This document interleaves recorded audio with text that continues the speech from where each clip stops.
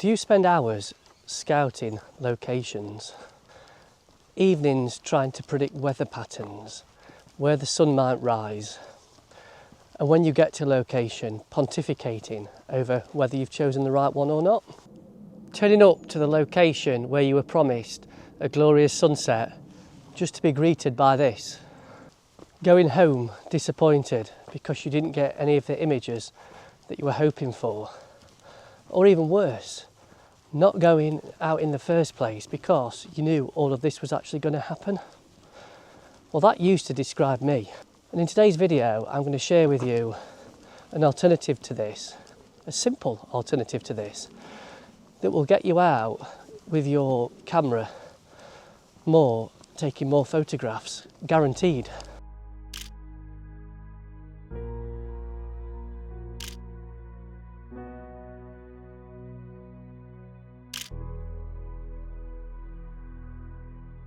So what is this simple alternative that I've just been talking about?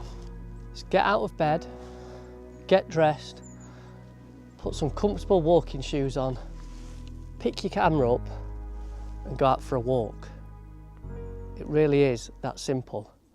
So I'll take you with me today on my photo walk, and I'll share a few more helpful ideas to help you consider whether you want to do something similar.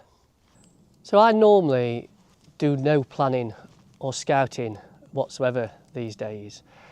Photo walks typically are my general approach to photography. However, because I was making this video today, I did do a little bit of planning last night, and a glorious sunrise was forecast. We have complete fog. So if I'd have headed off to a location that I'd got planned for a winter sunrise, just think how disappointed I'd have been this morning, turning up to just not be able to see anything. As it turns out, these are perfect conditions for my photography style. So I'm quite pleased, given none of this was forecast. I have a thing for gates, I do. This one's a little bit too new for my liking. I prefer a moss-covered rustic old gate, but as is always the case, I just like the depth that the fog gives you here and how the Scots pines stand out in the mist.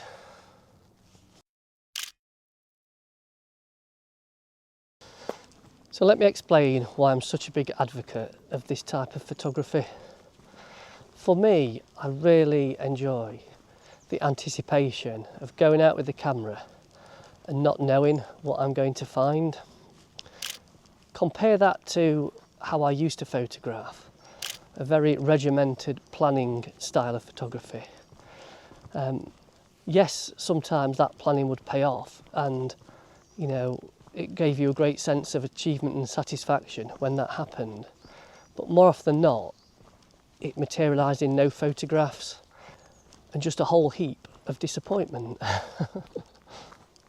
And the beauty of this is you can make these walks as short or as long as you want, depending on your level of physical capability.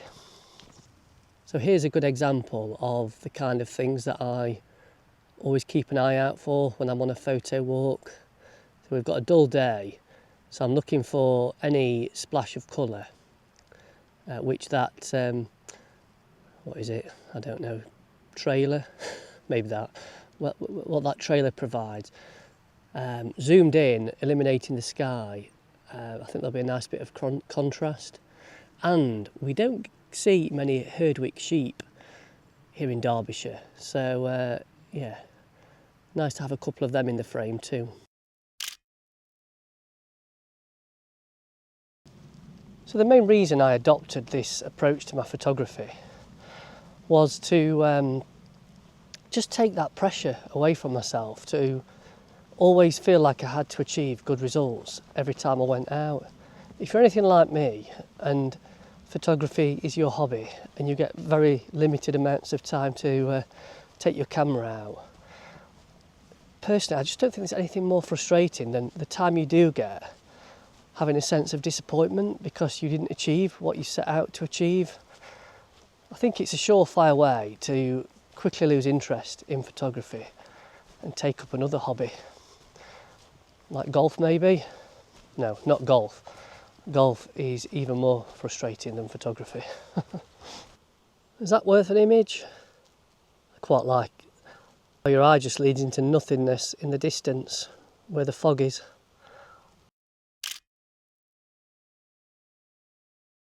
One of the downsides of photo walks this time of year, bog. Ugh.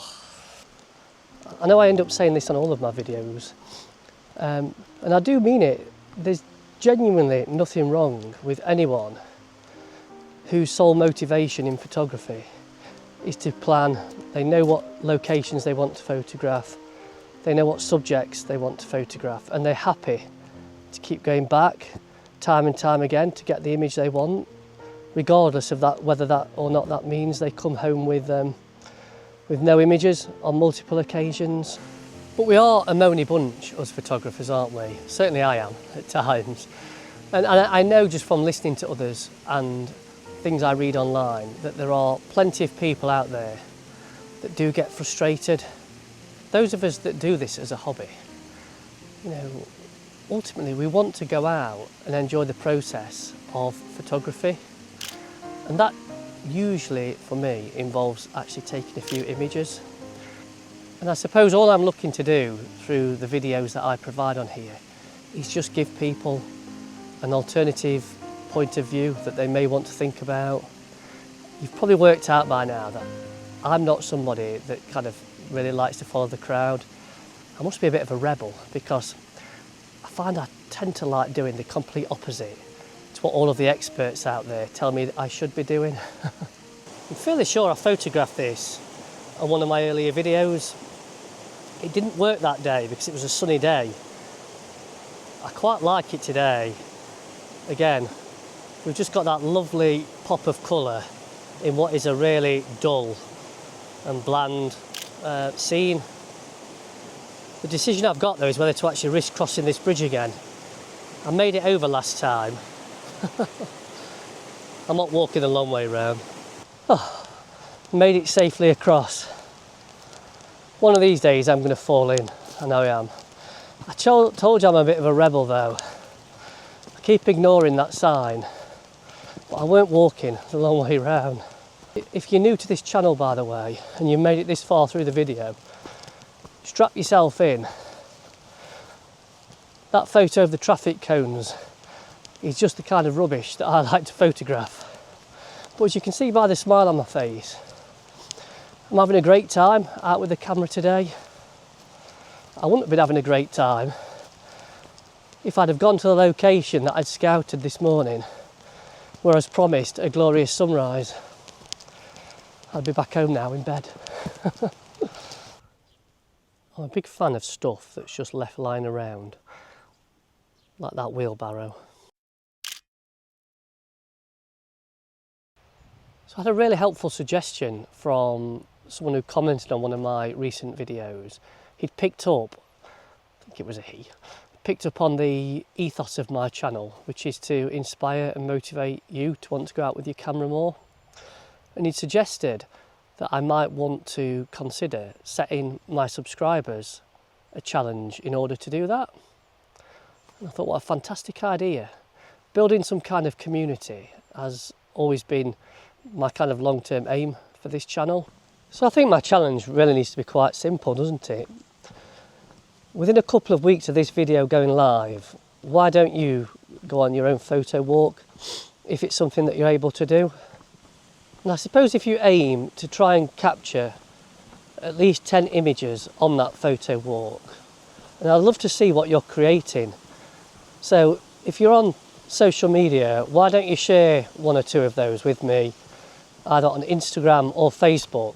I'll pop links to those pages in the video description. There you are, challenge set. Love it if some of you would be willing to give it a go. I know photographs of winding country lanes are a bit cliche, but I quite like this one. So the weather conditions that we've got today are just typical really of December in the UK. Just grey, overcast, a promise of sun that never materialises. Really conditions that a lot of people would just open the curtains in the morning and think, nah, not today, I'll do something else. But hopefully, as I've started to show through this video, whatever the conditions, there are always things to photograph. I suppose what I've started to realise now is that over planning for these things kind of almost gave me an excuse not to go out with the camera if it became clear that what I'd planned for wasn't going to materialise. Now I just go for a walk with my camera, no plan apart from a rough idea of the route that I want to walk. Take photos, no expectations, enjoy the process of photography. I suppose the outcome of all of this is I shoot more, I notice more importantly, I enjoy my photography more. Probably get less pictures to hang on my wall though. Not yet quite braved putting a picture of some red traffic cones on the wall. Another one to add to the gate collection. That one's definitely seen better days. I quite like the undulating rolling hills that head off in the distance. Oh yes, that's my kind of subject. A rusty, old, weather-worn barn. And the clouds have broken a little bit too, to reveal a little bit of the landscape in the distance. I'm not normally one to complain about the light, but I think this subject needs better light.